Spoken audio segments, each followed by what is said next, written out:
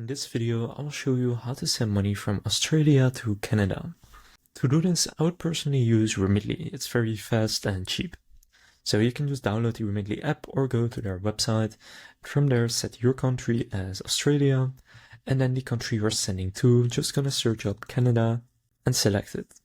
From there, you want to scroll down a bit, and then you will see the rate. Now just click on Get This Rate. And then if you don't have an account yet, simply click sign up. It only takes a few minutes. Or if you already have one, you can sign in. Then after doing that, click on send money. And then here for me, it's in euro and the Dutch flag. For you, it will be the Australian flag and Australian dollar. But just enter how much you want to transfer.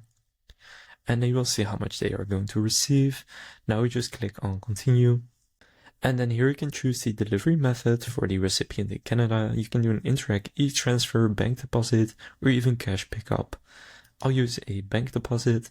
From there, just enter their details. So in this case, which bank they use, their bank details, etc. Then enter their first and last name.